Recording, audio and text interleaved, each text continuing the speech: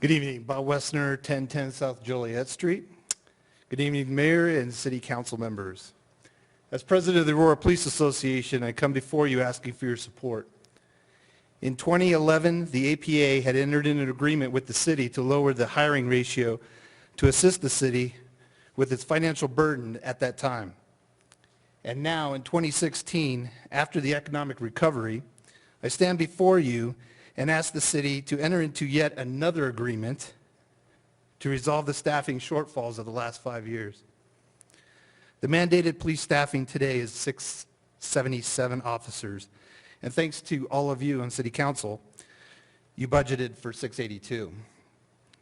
It's with great disappointment, however, that I advise you and the citizens of this great city that we currently have 662 officers, with approximately 20 ready to retire before the end of this year. While the future looks glim in getting applicants, the financial commitment has already been put there by council. In just 10 days from now, City will enter into negotiations with the APA and will have yet another opportunity to strengthen its position within the state, raising wages and benefits to exceed those of other departments in the area and nationally. Police recruitment is all of our issue, and being creative and reaching an agreement is paramount in getting skilled professionals to work here in the city of Aurora as police officers. With an agreement in staffing and a commitment to making the Aurora Police Department second to none in the region, we will once again make Aurora the safest city in Colorado. Thank you for your time, and thank you for your support in public safety. Thank you. Kenneth Kelly.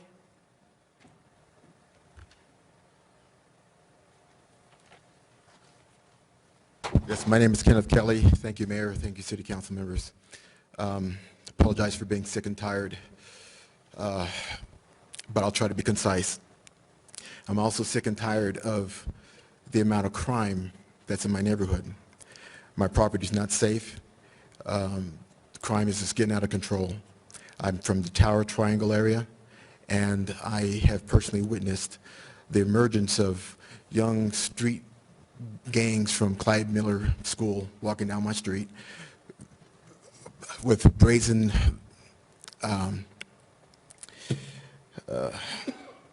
vandalism, not only on their mind, they're actually doing it. I've watched them do it every day. I've been vandalized almost every single day, and the reason is because these children have gotten the message that they can do whatever they want to anyone's property without any repercussions. We don't have the police presence that we need to deliver the message, that there's boundaries, that there's consequences to people's actions.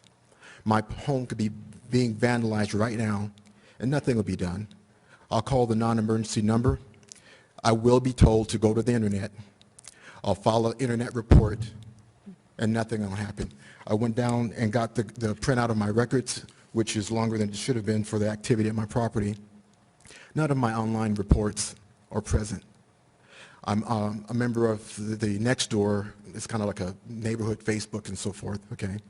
And I find that I'm not the only homeowner faced with these problems. We've had 14 vehicles with their windows shot out. I've had my brand new tires slashed, property stolen out of my vehicles, vehicles egged, mirrors broken. Nothing's been done about it. I have seen video of the children, some of the children doing it, not all of them, and I've personally, with my own eyes, watched them vandalize my vehicles, steal gas caps and so forth, follow one of them to his home, finally talked to his parents later on. They didn't care. You can't prove it. It wasn't my kid. I'm like, I followed him to your door. I have numerous reports to the police, and I found that the police presence that I'm entitled to, that I'm supposed to have in my neighborhood, is not there. But for some reason, I seem to have overzealous code enforcement, parking control, and so forth that are making up things that aren't even true. So basically, I want to know, how many of these police officers who are overzealous doing trivial things that doesn't relate in any way to quelling crime. How many do we have to trade to get a good cop? I mean, a real cop who can, know how to deal with the problems that are going out of control. It's going from bad to worse, And so I had to come down here because for some reason a lot of my neighbors don't want to do anything. They're just like, okay, well, what can you do? You can't do anything. May as well not even report it, But that's not a solution.